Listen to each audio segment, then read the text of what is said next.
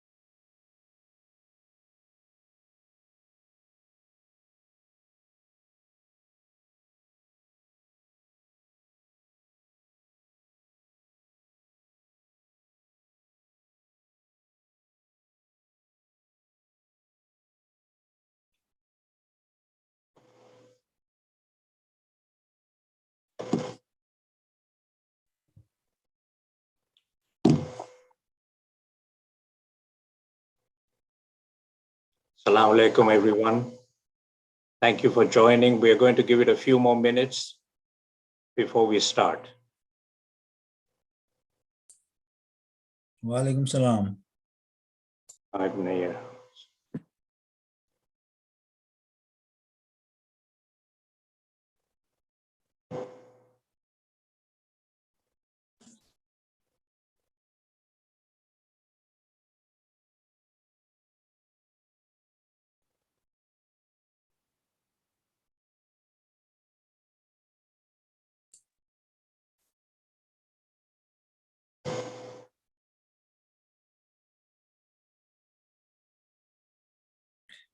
Is this the central IMI presentation or is this a local production? A local production. That's good. By our own group, headed by Dr. Muhammad Ali Nodras.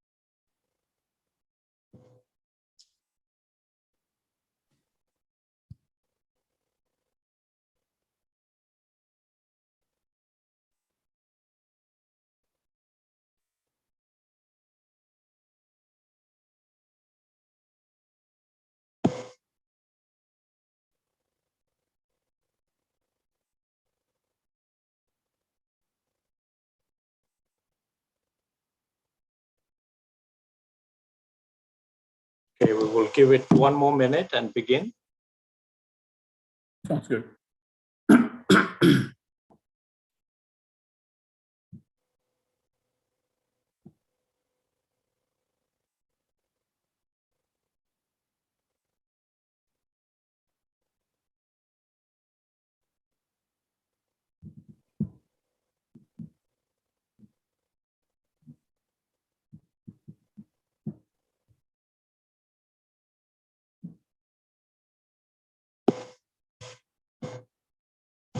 Okay, it's 5 minutes past 5, so we will begin. I'm sure more people will join in. Assalamu alaikum, everyone. It's a great pleasure and a privilege for me to introduce our first of hopefully many presentations on health that we will have on behalf of Atlanta IMI chapter. The first topic that we're going to discuss today is on diabetes and Ramadan, because it's clearly relevant to the current season, prevention and management. If you go to the next one, please. And this slide shows you a little bit about IMI, the Imamiya Medics International, which hopefully all of you have heard of. This is a Shia Muslim organization, has been around for 26 years, and is now accredited by United Nations as well as a special consultative status. And next, please. And the motto of IMI is this ayah from the Quran, and whosoever saveth the life of one, it shall be as if he has saved the life of all mankind. So basically, the organization is working in the healthcare arena, next slide, with chapters now that have grown, particularly in the last decade or so. So we have a very vast footprint in almost every continent around the world. So there are multiple chapters in the US, in various cities.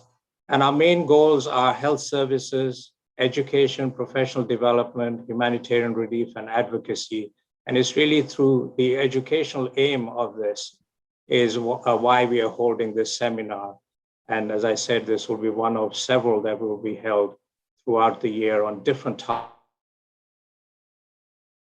So in order to set forward with this, next slide, I wanted to introduce our speakers. Next slide, please.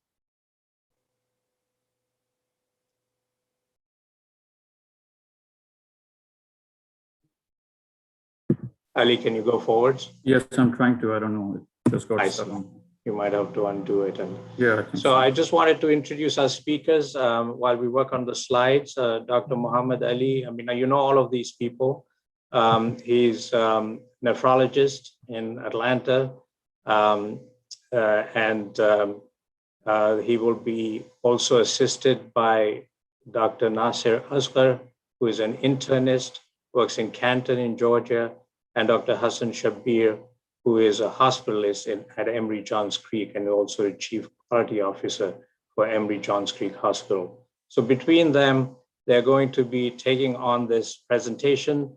What we'd like to do is to spend about 20 minutes or so telling you about diabetes and what it is and how to manage it, particularly around Ramadan and fasting, but also spend the rest of the hour on questions. So we want this to be very interactive. Want you to think about the questions that you come up with as this goes along, things that perhaps that you haven't followed or other things. What we don't want to do is to be prescriptive. In other words, we don't want to take your case on and discuss this in front of everyone. That is for your physician to do. But any general questions that you have around this topic, we would be very happy to answer. So we'll spend a lot of time with those question and answer session as soon as the presentation is over. Thank you very much, Dr. Ali. Thank you so much, Dr. Gimi. Assalamu alaikum, everyone. Thank you so much for giving me this opportunity to actually talk about diabetes and Ramadan. I thought it was a good topic. Half of the world is probably suffering from diabetes. So, what do we do? How do we fast? How do we manage insulin and so on and so forth? So I also wanted to make clear the way Dr. Kayumi has just mentioned, that this is definitely not replacing your primary doctors or your endocrinologists. When you sort of talk about treating diabetes, diabetes is a big subject. And then anytime a physician sees a patient, we go through an extensive medical history and assess the patient's medical conditions, everything, and then come up with a plan. So this is definitely not in lieu of your treating physician. So definitely we're here to sort of answer questions, but hopefully not very specific to the patient's needs. This is one of the ayats in the Quran, Surah Baqarah, which I found. For you who have believed, decreed upon you as fasting, as it was decreed upon before you, that you may become righteous. To fast is best for you if only you knew. This is the ayah which actually follows the other one. So what is diabetes? This is a condition in which the body does not properly process food for use as energy.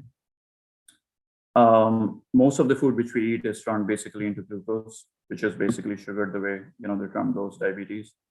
And pancreas is one of the organs, which is just right beside the stomach, or behind the stomach, should I say, which actually produces insulin, which actually helps decrease the blood levels of glucose in the body. So basically what happens is, as we eat, all of this gets converted into glucose, enters the blood, and then the pancreas kick in, they make insulin.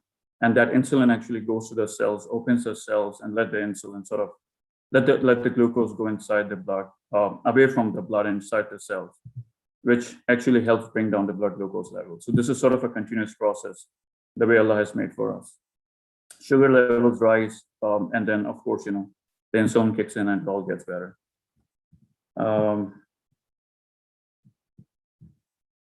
All right, diabetes is the 7th leading cause of death in the United States, which sort of tells you that, how important this condition is, and how, the implications could be on people who suffer from diabetes. So there's different types of diabetes. I don't want to confuse the audience over here, because if I go into the nitty-gritty and everything, I don't want to make it a very scientific presentation. But this is just sort of, we break down, and the most important ones are type 1 and type 2.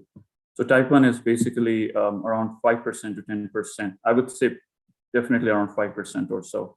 And the risk factors, they're autoimmune, they're genetic factors, typically diagnosed when you're younger, sort of, thin, lean person compared to somebody who's type 2, where, you could see a little bit more obesity.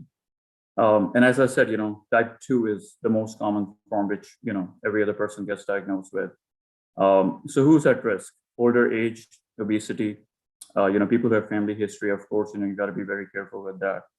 History of diabetes during pregnancy, which actually, we'll talk about that a little bit more, but increases your chance by 40%, so that's definitely, later in lifetime, one can develop, diabetes mellitus type 2. Sedentary lifestyle, Southeast Asians, Hispanics, African Americans, they are definitely at risk more because of the metabolic syndrome which they develop.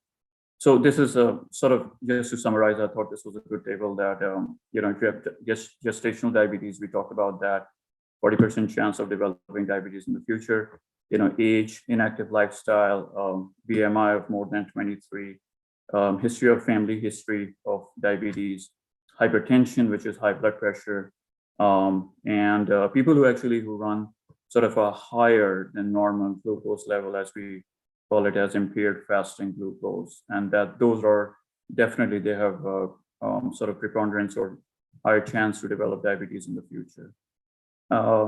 We talked about this a little bit, but I was gonna probably just elaborate on this a little bit more. 2 to 5% of all pregnancies where diabetes develops usually resolves after pregnancy is over. More common in African Americans, Hispanics, American Indians. Family history of diabetes, people have had that, and of course obesity does not help. And high risk for later life type 2 diabetes, the way I talked about. So how common is it? Well, definitely, and it's the way I said, probably half of the world has it, but this is just an understatement. More than 30 million Americans, 9.4%, which is a huge number, and you can imagine the economic impact that would have on diabetes management, the complications, and so on and so forth, hospitalizations, from heart attacks, strokes, and all the other complications which it leads to, amputations.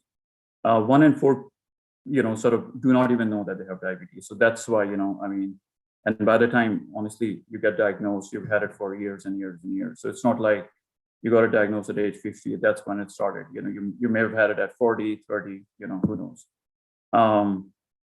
Affects 1 in 4 people over the age of 65. So it's definitely something, which especially the primary care physicians, internal medicine physicians, we all sort of go through the complications, be a cardiologist, nephrologist, and of course, endocrinologists, they treat this condition all the time. So how to diagnose? I definitely want to skip the second part because, we rarely do that. That's definitely done in pregnancy states and everything, but let's talk about the first one. If your fasting glucose is more than 126, but if you look at the American Diabetic Association, they sort of have a set rule over here where, and I'm sure across the world as well, where the A1C is more than 6.5, I would probably, sort of pay attention to that more.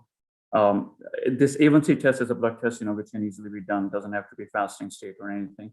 And it sort of tells you your blood sugar numbers for the past 3 months or so, and sort of summarizes and gives you a percentage, and 6.5 may sort of, reciprocate to like a blood sugar of like 130 in the blood or something like that for the past 3 months. Or you have symptoms of diabetes and random glucose level is greater than 200, typically on 2 occasions. So global impact of diabetes, I touched base on that a little bit. When 1 in 2 adults are undiagnosed, nearly 500 million diabetics worldwide, and prevalence of diabetes, of course, is going to keep increasing thanks to all the Burger King, McDonald's, and all the big size, supersized milkshakes.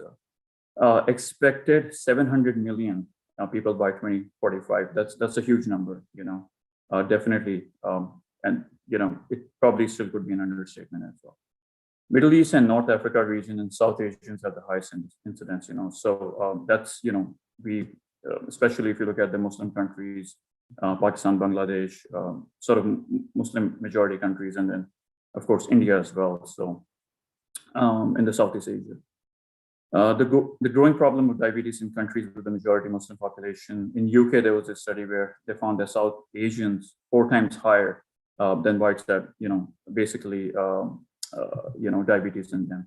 And in the US, 64% of South Asians came from majority Muslim countries, the way we talked about Pakistan, Bangladesh. So we definitely are more at risk for developing diabetes, or have diabetes, should I say, compared to, the Caucasian population.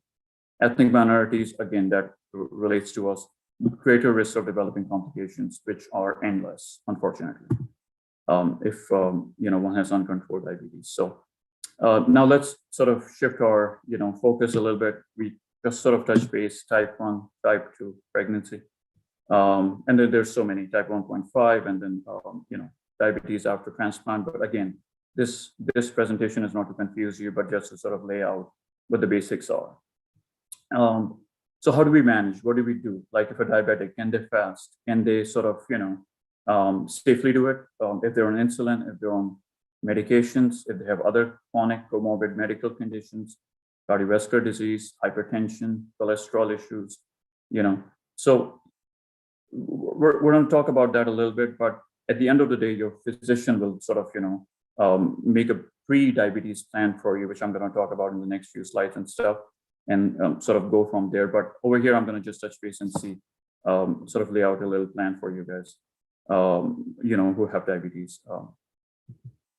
So, Quran, definitely Allah does not want us to be in any ordeal or any hardship. So, if you feel, you cannot do it, if you have uncontrolled diabetes, of course, He's the most merciful. But people who are diabetics and they do plan and chose to sort of fast, then sort of guidelines, which have been published, and, physicians are, especially Muslim physicians, they sort of can manage this a little bit better. So diabetics have greater complication of they're at more risk for complications, when they are fasting. And some of the complications could be, very low blood sugar, which is hypoglycemia, which can actually, kill a patient. And I always tell my patients, rarely anybody will die from hyperglycemia. And I teach my residents, my students as well. But, if you have hypoglycemia, you can literally die in 3 to 5 minutes, So that is an emergency. And so is hyperglycemia, don't take me wrong. But both these things have to be sort of, taken into consideration, when you're going to be fasting and stuff. Diabetics can suffer from dehydration. They can lose their electrolytes. They can develop some, bad acid-base abnormalities, and it can actually be detrimental to their health, and, they can even die from this as well. So you got to be careful with what you have, all the medical conditions, what medications you're on, and then talk to your physician and see, how they can sort of tailor and maneuver around that during the month of Ramadan. Diabetic ketoacidosis basically is a complex condition which can typically develop where there's a lot of acid in the blood, and again, it's a life-threatening condition. So the way I touch base a little bit, pre-Ramadan assessment, so what does that include? Well, a few weeks back or so before Ramadan starts, 6 to 8 weeks back, go see your primary doctor. talk about, your conditions, look at the A1C, look at rest of the conditions, if there's any sort of protein in the urine, if there's, how's your cholesterol, how's your blood pressure, and sort of together formulate a plan, change some medications, if they need to be changed, go up, go down, things like that.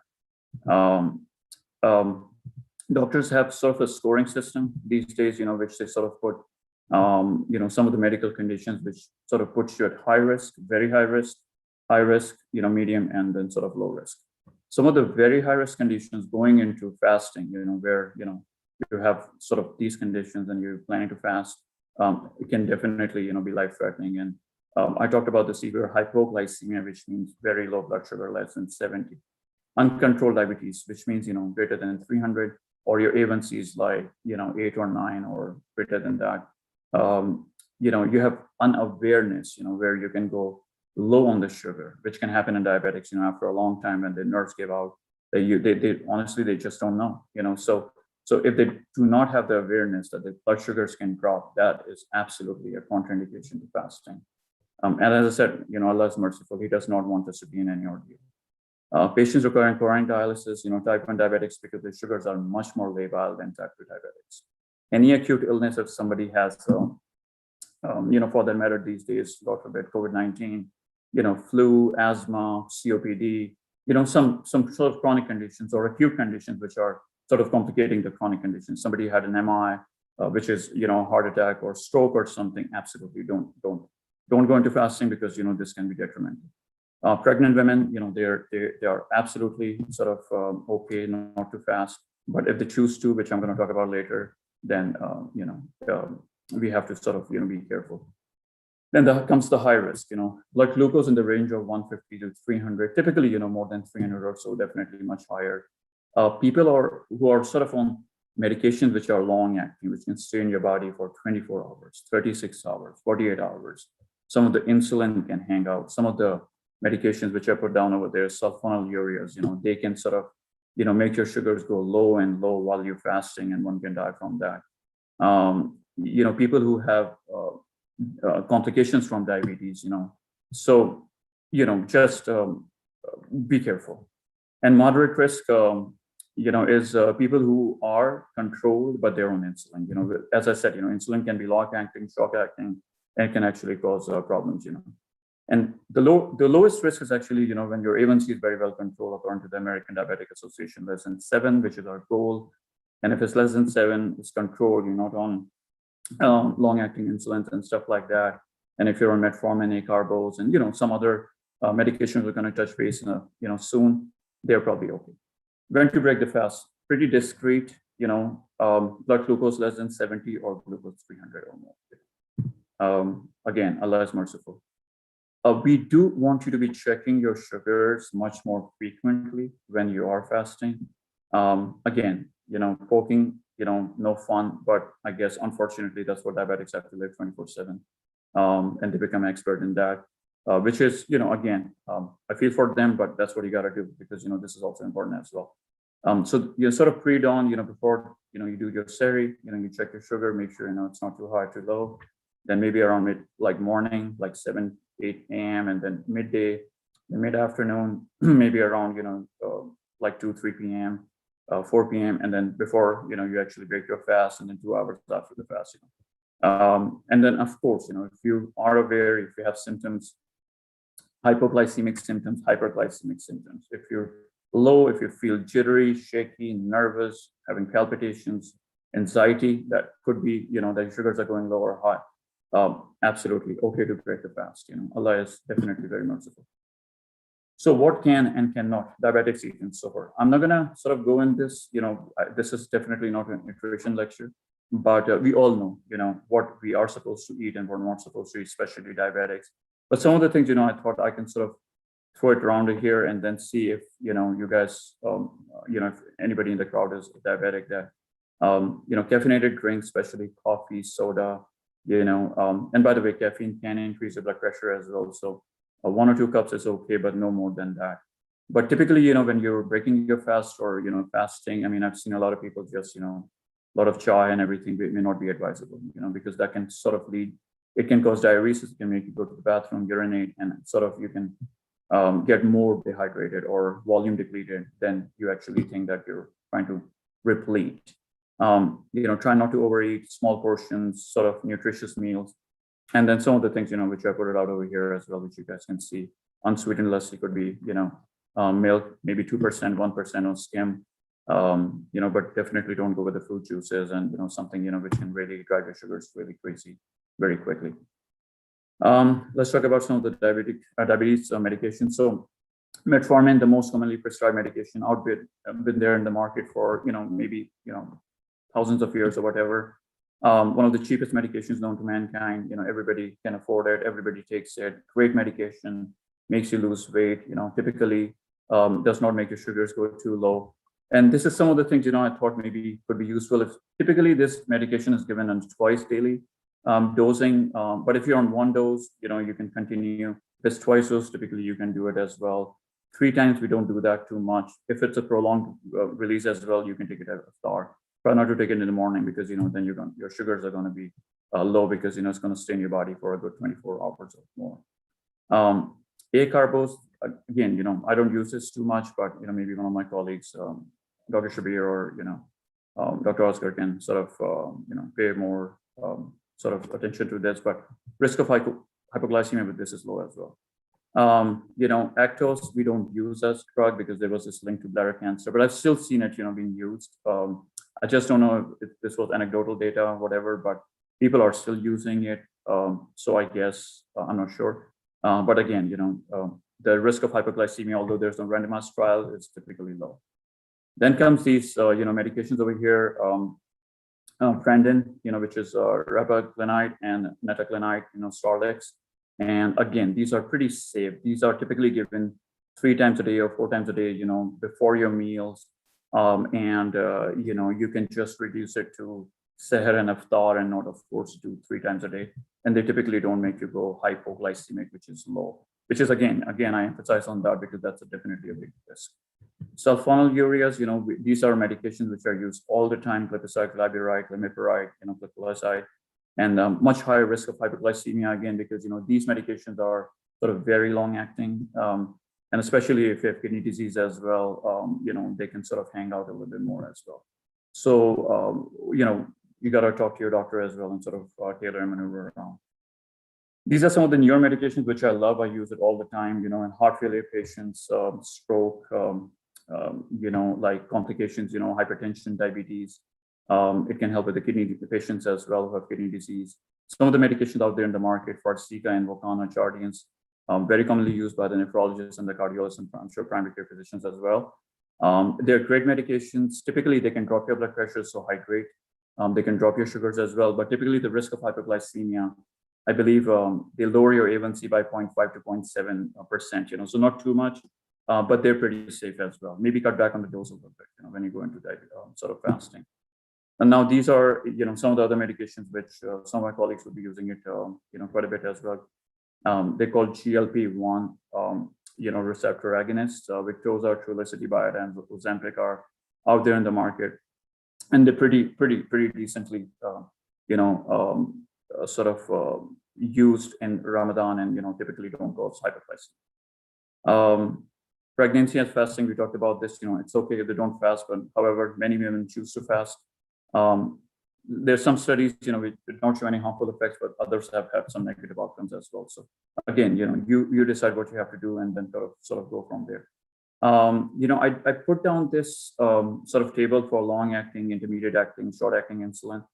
This is very complex. I would not suggest that, that sort of we get into nitty-gritty of this, because this has to be, as I said in the beginning of the lecture, has to be tailored to your medical conditions, your comorbid medical conditions, everything else which has to be taken into account by your PCP and decide. I'm not going to sort of sit over here and sort of tell you that, okay, if you're on long acting, you can do this and that.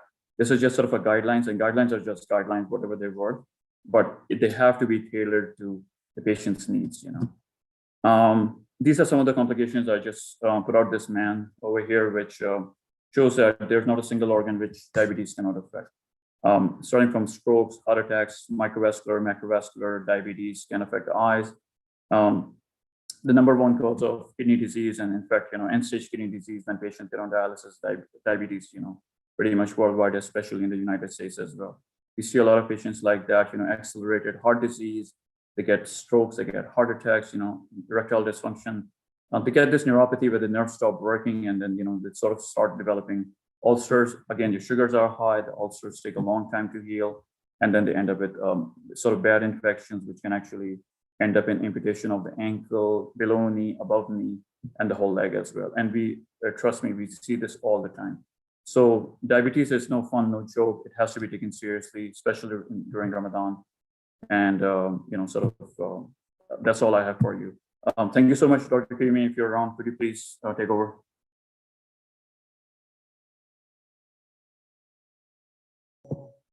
Thank you very much, Mohammed. You can go back on the slides. What we will do now is to open it up for discussion, questions. Any of you who want to ask anything about diabetes management or things that you didn't follow or understand, please either put the question in the chat box, or you can unmute and ask the question. While we're waiting for people to, I know there are a lot of other experts here as well. Dr. Muhammad Ali, the other one, Kumail, has a lot of experience in studying diabetes in South Asia, in India, Pakistan. And I wonder if you would elaborate on this. A question I had was, how common is diabetes now in the subcontinent? And what about people like us who live abroad? And what's their predilection for diabetes? Thanks for the question, Arshad Saab. Assalamu alaikum, everybody. So if I heard your question correctly, you asked what is the prevalence and how common is it in South Asia? And I missed the second part of your question. Could you just say that again? No, what happens to people when they leave India, Pakistan? Can you hear me?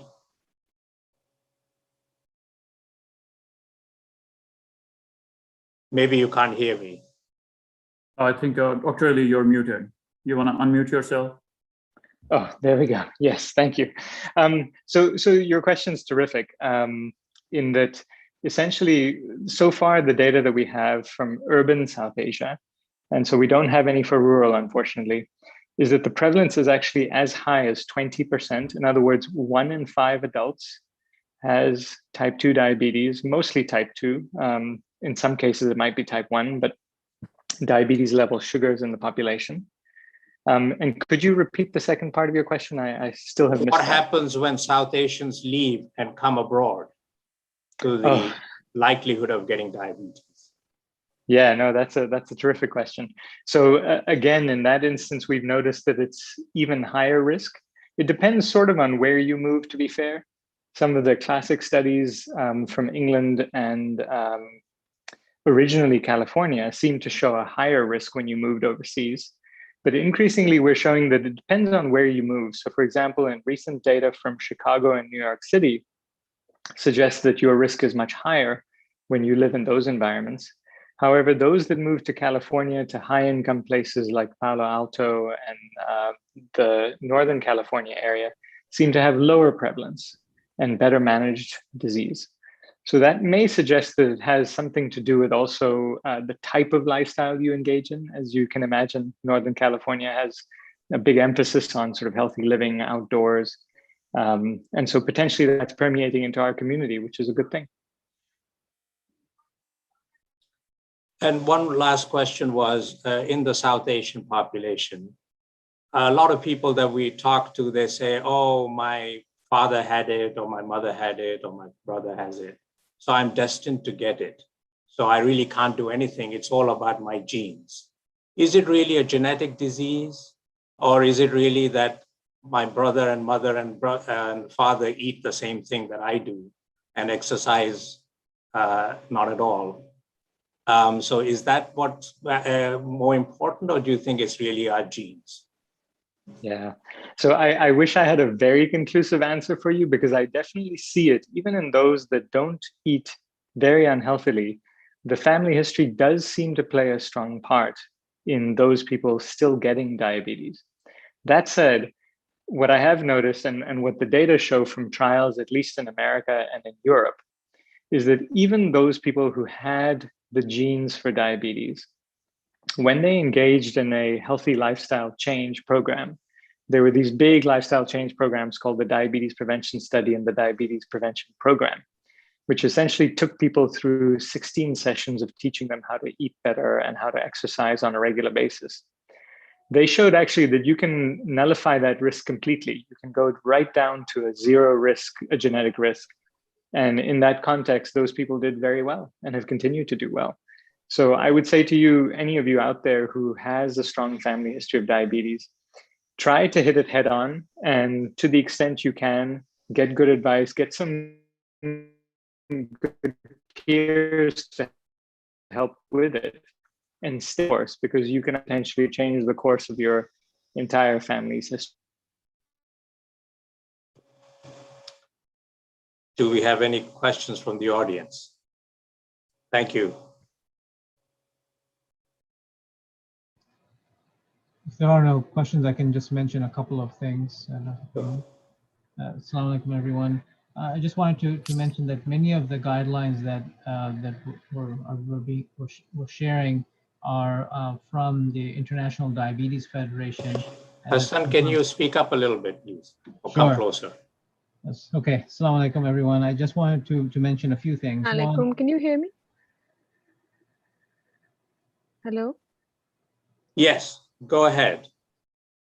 Sorry, Hassan, we'll take that question. I'm sorry, that's okay. Was somebody talking? Did I interrupt? I wasn't able to hear anything. Okay. Like I was able to hear, but I didn't hear anyone talk. So I was just trying to figure out. Do you have a question for us? I do. Okay, why don't you go ahead and ask, and then we'll finish with Dr. Shabir. Go ahead. Oh, thank you. So is type 1 diabetes and type 2 diabetes, they're different. One is in which there is no insulin being produced at all.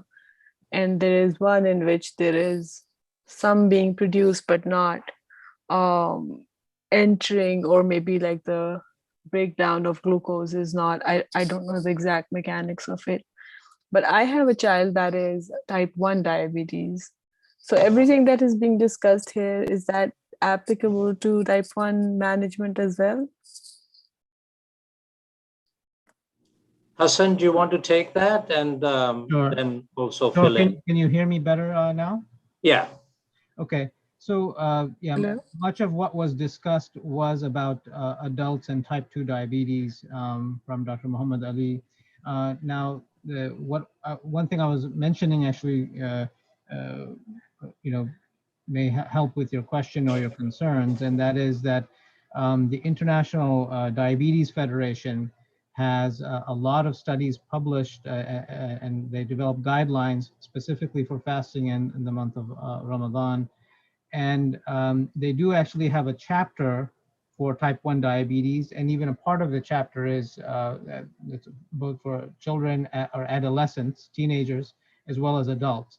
So those guidelines are available on how to, for example, if they have an insulin pump, how to adjust it to lower the basal rate, for example. So those details are available, and in case the doctors managing your child are not aware that these guidelines exist, it would be fine for you to share that information, so your child can get the best care. And Hassan, if you don't mind, could I elaborate on that a little bit, Dr. Kirimi? Sure, sure. So that's a great resource, which Dr. Shabir just shared. The only caveat to this is, that type 1 diabetics are more prone to getting into DKA, and they're more labile sugars. The way, they're on insulin pump, and that's one of the reasons why they're on that. So these, the way Dr. Shabir is saying, these are more so for type 2 diabetics, but it's definitely much more riskier for type 1 diabetics to actually go ahead and fast. That sort of, gets to more closer to your question. There are a couple other questions. One is, how can we enroll in diabetes prevention program from the CDC?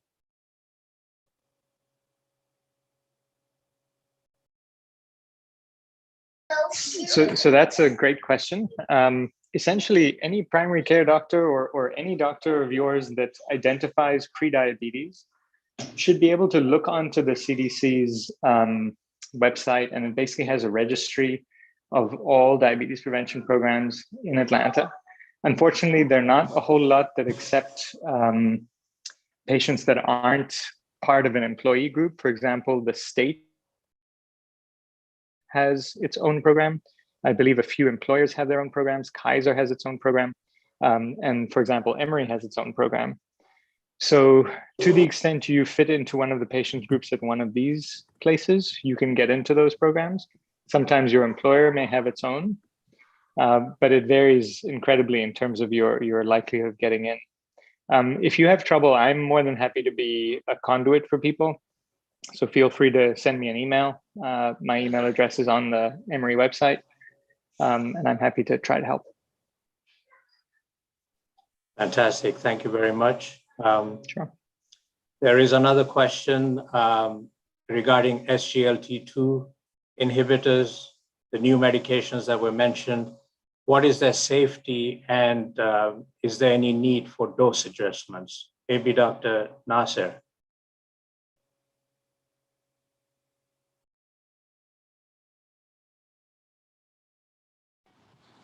Or Hello? anyone. Yeah, Hello, go ahead. Assalamualaikum. How are you? The question was, is there any need for dose adjustments for SGLT2, and if there's any risk with SGLT2s?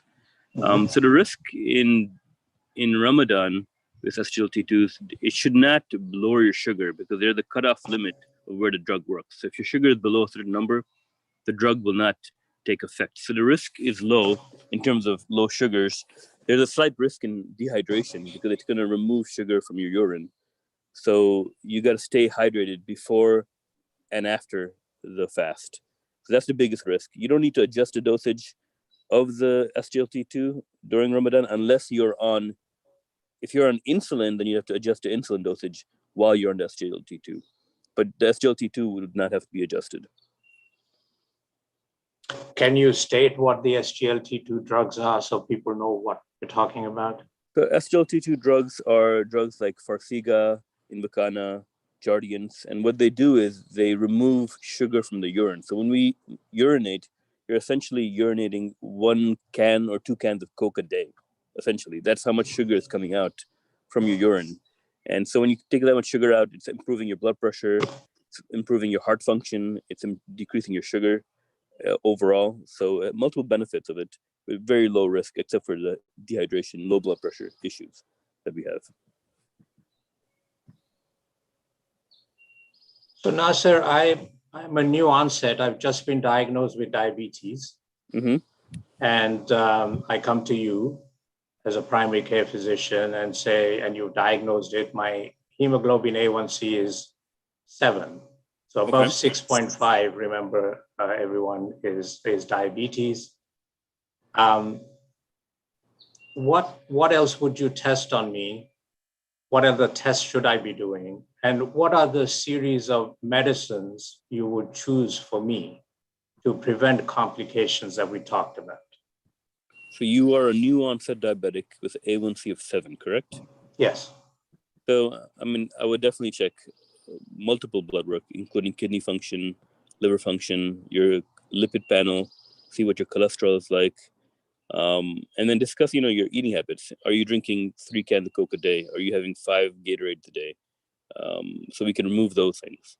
Once we discuss your diet, check your labs, make sure there's no other damage, such as kidney function or your cholesterol or any heart function. Even in heart function, we can check if you're having chest pain, the shortness of breath. Then, we would add on metformin, probably. As we mentioned, that's the most common drug. And then from metformin, you can also combine. Nowadays, they don't just do metformin by themselves. You can actually add on SGLT2, just like Farxiga or Jardiance, at the same time. So hit it very fast. And then you can always remove the drugs later on. So if you attack it fast, you can lose a lot of weight. And once you lose the weight, you can remove the drugs later on. So that's a more recent way of managing diabetes. So you will suggest a lifestyle modification to begin with? Yeah, I mean, if you're drinking soda, juice, sweet tea, if you're eating late night, you're drinking a lot of alcohol, which I don't think would apply to this group, lack of exercise, those things, you can bring your A1C from 7 to normal just by doing that alone, even without metformin. But, we would probably still start you on a little bit of metformin, maybe, just to bring it down initially, to give you a little bit of a benefit, and then remove it if we need to later on. Mhm. But is there a series of medicines that you must be on if you're known diabetic, other than the diabetes control medicines? So there are, for example, for kidney prevention or kidney protection, you can start an ACE inhibitor. For cholesterol, if your cholesterol So this would be something like lisinopril or anything that ends with a pril. Correct. And then, cholesterol too. If your cholesterol is above 100, they recommend putting you on cholesterol medication. But, a lot of times when you first are diagnosed with diabetes, somebody comes up and says, hey, we're going to put you on lisinopril, we're going to put you on atorvastatin and do all this, people sort of back off and then leave. So we do dietary modification, and then maybe on the next visit, we'll add on lisinopril. But if your blood pressure is already elevated, we could start that earlier. And then add those medications later on. Initially, I think we would start with the dietary modifications and maybe some diabetic drug if we need to. And then definitely, if your cholesterol is elevated, your risk of heart disease is significantly higher. We could definitely add on cholesterol medication and kidney prevention. But, there are different parameters. Different parameters. If your blood pressure is very high, we would add that on much earlier. If your cholesterol is extremely high, we'd add that on much earlier. So it depends on the situation. Right, and a baby aspirin as well. Baby aspirin, right. So just to summarize what we've just said is that diabetes affects multiple organs. So when you're being evaluated on a regular basis, the doctor should be checking what your risk is for heart disease, for blood vessel disease, for kidney disease, for liver involvement with fat, etc. And then also tackle these things. Remember, most people who are going to have mortality early, trouble from diabetes that will lead to complications, they're going to be heart and blood vessel related. Yeah. So absolutely. The protection really needs to be around those conditions which are beyond just management of glucose, which is what we have been concentrating on today.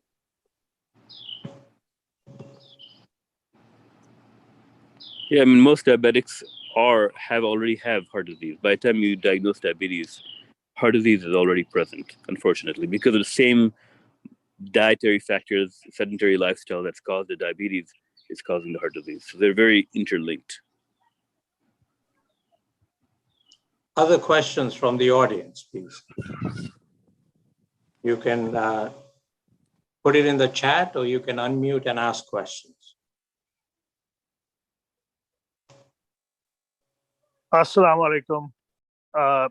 Any thoughts on various dietary protocols, such as low carb diets, keto diets, or maybe plant-based diet as possible intervention, especially in the case of pre-diabetes and things as such? Thanks. So the question is dietary modification for prevention of diabetes, correct? Right. Pre-diabetes. Yes, or pre-diabetes. Pre-diabetes. So I think, a moderate diet, I wouldn't go on any low carb diet or pure vegetarian diet. I would, if you took a plate and you cut your plate in half your plate should be vegetables, a quarter should be protein, and a quarter should be carbs, but good carbs like brown rice, not white carbs, but more brown or sweet potato. Remove all soda, juice, sweet tea, Gatorade, juices. You don't need any of that. Water. I mean, that's a big one. If you just drank water, a lot of diabetes would be removed because we drink a lot of sugary drinks. So I think a moderate diet, high in fish and chicken, less red meat, but you can still have red meat once a week. But that, if you did picture of a plate, quarter protein, quarter carbs, half vegetables really works very good. And exercise. Exercise, of course. Huge part, exercise. Thank you. That's very helpful. Other questions? While we have used some terminology, and I wonder we can go over those terms so that people understand them a little better.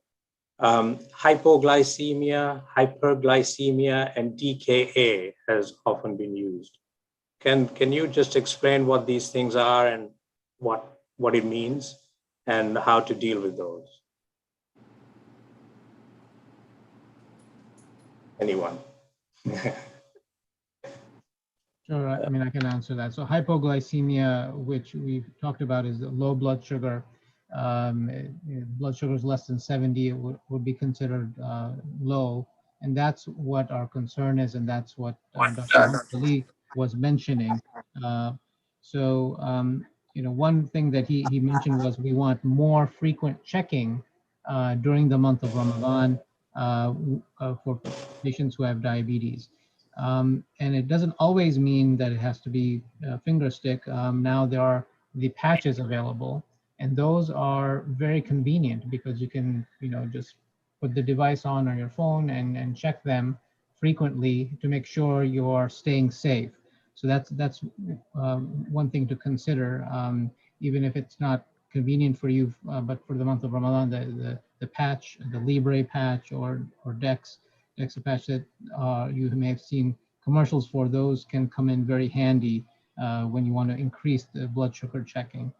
The other terms that Dr. Piyumi asked to explain: hyperglycemia, that's high blood sugar. So high, generally above, 180, very high, above 300 is where, the recommendations are to break the fast to prevent anything dangerous from happening. And then DKA is diabetic ketoacidosis.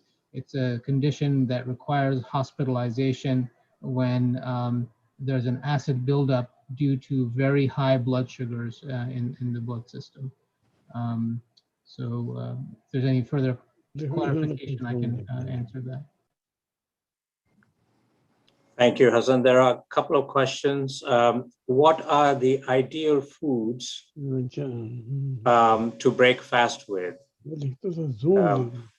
for diabetes, either type 1 or type 2 patients? Yeah, to break the fast, I think we know that with iftar there is going to, there's a likelihood of a higher sugar to develop after that, and you can speak with your physician about how to adjust the medicines or any insulin for that. But as far as foods go, other aside from the classic dates, which are very high sugar content, I think salt and water are also very, as far as the immediate breaking of the fast, are good alternatives for that. And I think they're in the recommendations. You can ask the Maulana, for example. But again, the plate that Dr. Nasir Asghar described is excellent. And that's, if that can be maintained during the month of Ramadan, that would prevent other problems from happening. So half the plate, vegetables, and dividing the other two into quarters of protein and healthy carbs. I think that is a very, excellent recommendation that still stands for breaking the fast. Thank you very much. The next question is, how reliable are patches as a way of checking blood glucose? Are they as accurate as finger pricks? Yeah, so I brought that up, and there is a little bit of a margin of error, 10, 12%, something like that. But that also is the case for, finger sticks. So they are comparable. They are reliable to at least to monitor, the danger levels. So below 70 or above 300, they can definitely guide treatment for that, and whether to break a fast or not. They're definitely sufficient for that. Yeah. I'd also like to add that the patches work much better to control the sugars than the finger sticks, because patients who've been long-term diabetics, I switch them to patch, and their sugars go down significantly because now they can check their sugar anytime they want. And it's much more responsive. People learn a lot more about themselves and the diabetes. So it lowers your sugar as much as the medication does the patches. So it's very helpful, I think. So I would highly recommend the patches. And I also wanted to add, our goal is sort of not to sort of get fixated on a one number. It's not about, oh, it has to be like 70 to call it hypoglycemia. I just want to make it clear. People can be hypoglycemic with symptoms at a blood sugar of 90. All right. So everyone's hypoglycemia or hyperglycemia. So sorry, what are the symptoms? Yeah, that's a great point. I thought of, I sort of, when I was giving the lecture, so, one can feel jittery, shaky, nervous, palpitations, lightheaded, dizzy, tunnel vision, about to pass out, weak, tired, sudden rush, where you just don't know that, you just felt like as if, you've been sort of ridden over by a truck or something, So those are some of the symptoms of hypoglycemia. And this sort of, hyperglycemia, everybody is different with hyperglycemia symptoms. But that's in general, people feel very weak, very tired, very sluggish, confused, mental status changes, those are definitely. But again, I would say that I wouldn't worry about the accuracy. It's more about getting a ballpark number and trying to figure out, if we are low on the sugar or high on the sugar. That's the bottom line. It's not necessarily that, God will actually not forgive us if the sugar number was 71 and we break the fast.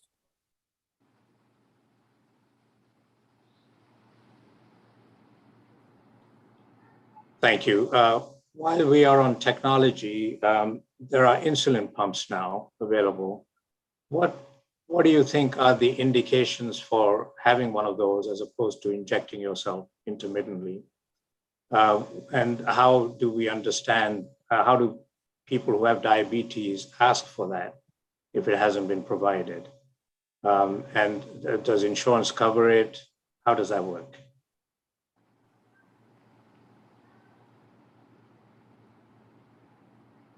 You want to take it or I can take it? Go for Austin, it. do you want to do it?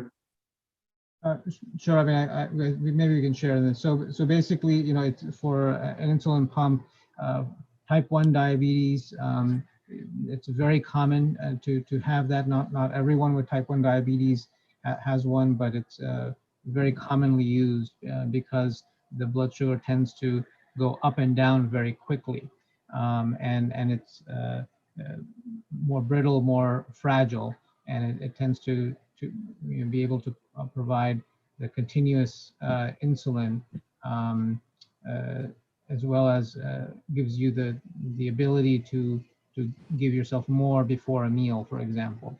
So the other category of patients are that have type 2 diabetes, but they have found that with medicines or even with insulin injections that they are having difficulty controlling it. So those patients with, people with type 2 diabetes who have gone through the medicines, gone through insulin, and are having difficulty, they sometimes do ask for a pump. Typically, endocrinologists prescribe the pump and adjust the pump and finalize the settings for the pump. And it is covered by insurance. I'll hand it over to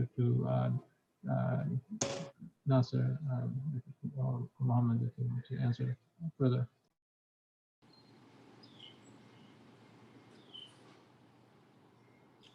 That's great. There's one other question. Does dietary restriction apply to both type 1 and type 2 diabetics, or just only to type 2?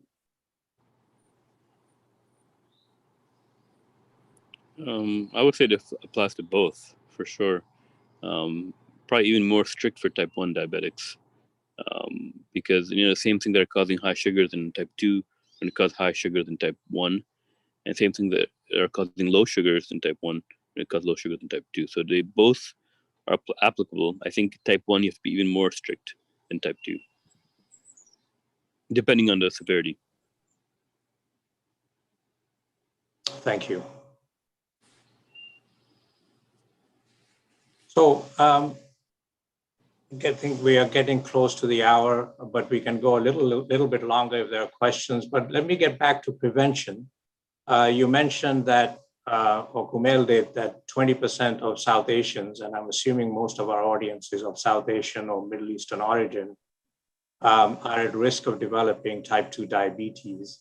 So really, it's a enormously high incidence, 20 to 25%. So I guess most of us are at risk. Mhm. In the lot of risk factors that you presented earlier, you said obesity was an important risk, right? So do South Asians have to be obese to get diabetes? Maybe Kumail, you could address this since you work on this data a lot. Sure, yeah, absolutely. So you're exactly right, is that a lot of South Asians do develop diabetes even at lower body mass indexes. And essentially the International Diabetes Federation and World Health Organization has basically said that, you know, how for other populations, we think about diabetes risk increasing at a body mass index of 25 when one is considered overweight. But that same number is reduced for South Asians to 23, which is an extremely common BMI. And so it puts almost all of us at risk. So what I often say to people is don't get fixated on the weight and on the number. Obviously, if you're obese, let's work on things that we can lower down your weight and help you manage your lifestyle so that you can lower your risk. And I think, again, all of the terrific advice that Dr. Nasser Asghar gave is spot on in terms of like lowering sodas and sugary drinks. We just don't need them. Thinking about a basic plate, terrific idea. And so focusing in on those things, I think, makes a lot of sense. And then to the extent we can lower down your weight in the process, that's a bonus, but I wouldn't get fixated on where you are in weight at the moment. Well, how do we calculate BMI? Yeah, apologies, I didn't make that clear. So it's essentially an estimate that is based on your height and weight. And usually it's your weight in kilograms over your height squared. And these days, any Google Calendar, you can literally type in the single initials BMI, and a calculator will pop up, and it'll allow you to put it into pounds, into centimeters, into inches, whatever you prefer, and it'll give you a calculation for you. So magic number for South Asians is 23 and below. Supposedly. So you really have to be lean. Yes. And how much exercise is enough? Again, a great question. I usually stick to the American Heart Association guideline, which is 150 minutes of moderate to vigorous physical activity a week. And I usually say to patients and to friends and colleagues that can equate to the moderate to vigorous physical activity really is doing a brisk walk where you're working up a sweat. And that can be broken down into 2.5 sessions of an hour. It can be broken down into 5 sessions of 30 minutes. However you want to cut it, as long as you're getting about 150 minutes in a week, that's pretty good. A lot of people these days are also using step counters. And I don't know exactly a magic number for that, but all of the competitions I see in different employee settings seem to suggest that 10,000 steps is a magic number. Do what you can is my usual guidance to people. Stay active. If you notice you're sitting for long periods of time, get up and at least go to the bathroom, but be active. And Great advice. you know, Dr. Kumail, so when you talk about that, what exercise are you referring to specifically? So quite honestly, anything that breaks you into a light sweat. So brisk walking is sort of the absolute minimum that I suggest to patients. But nowadays, you know, again, if you think about how you can sort of modify your risk, if you are somebody that sits at a desk for 8 hours in the day, even getting a standing desk where you sort of move it up for an hour or so, move it down again, and just break the monotony of sitting, you will burn more calories in that process as it is. But then, as I said, sort of for me, a bare minimum would be something like doing a 30-minute walk almost every day is usually my guidance to my patients. Yeah, that's pretty much it, right? That's probably the best exercise. Yep. One question was, do the newer injectable non-insulin drugs require adjustment during fasting? This, I guess, is Byetta and Victoza and that group, once a week. So I don't know. Not The one unless before this. I think there's a slide on this. Not typically, they don't require any adjustment,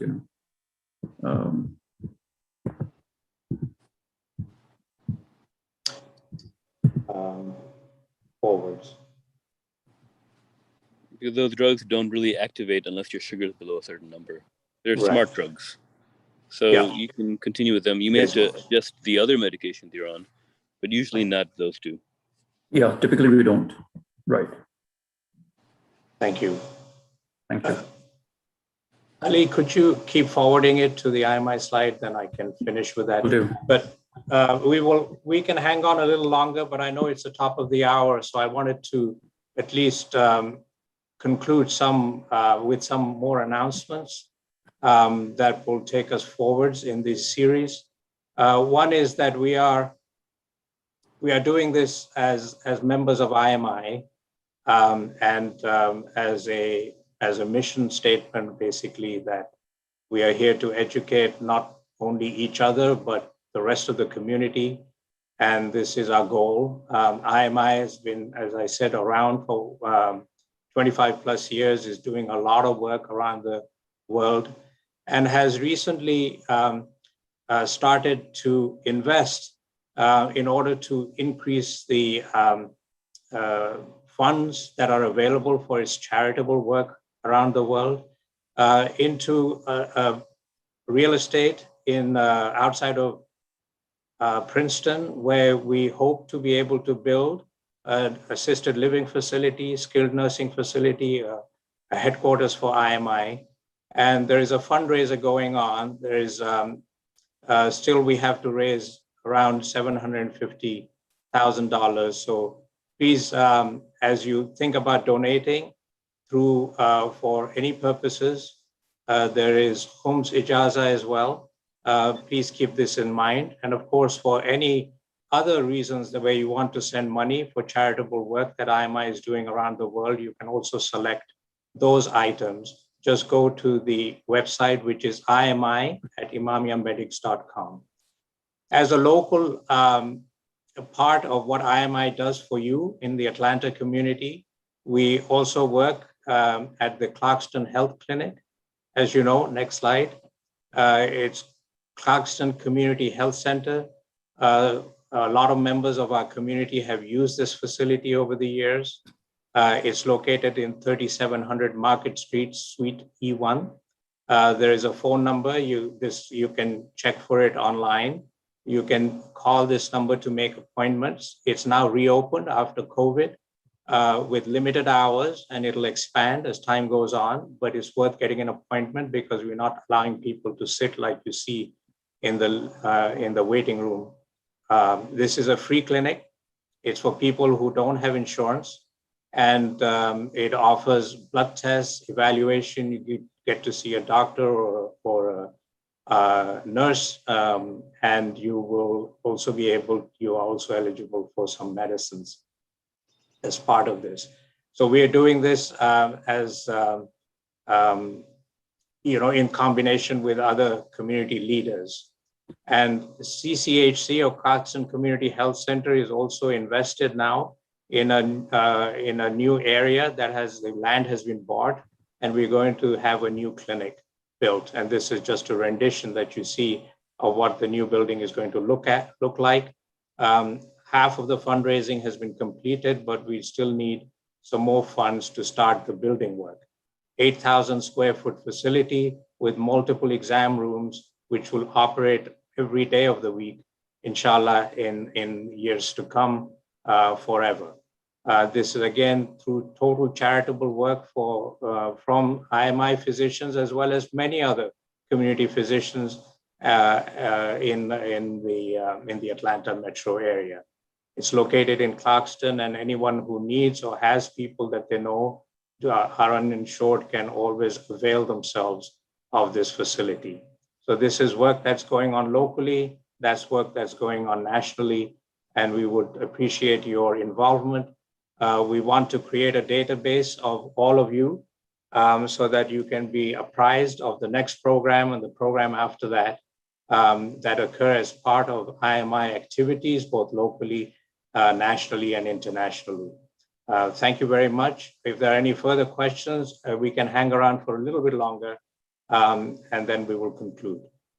Once again, thank you all for joining, and we will make a link of this for those who were not able to join from the community, and you could pass it on to your friends and so on. We'll have the centers forward that link so that this will live for a little longer, so people hopefully will benefit from the discussion that we had today. And before we finish, I want to thank all of our speakers, Dr. Muhammad Ali, Dr. Hassan Shabir, Dr. Nasir Asghar, and Dr. Muhammad Kumail Ali for doing such a wonderful job. And we look forward to seeing you all again. Any further questions?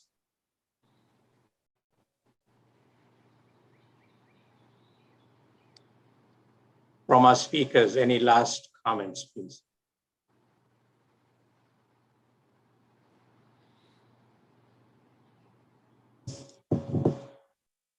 Thank you very much. It's a wrap. Thank you. Khuda Hafiz, everyone. Office.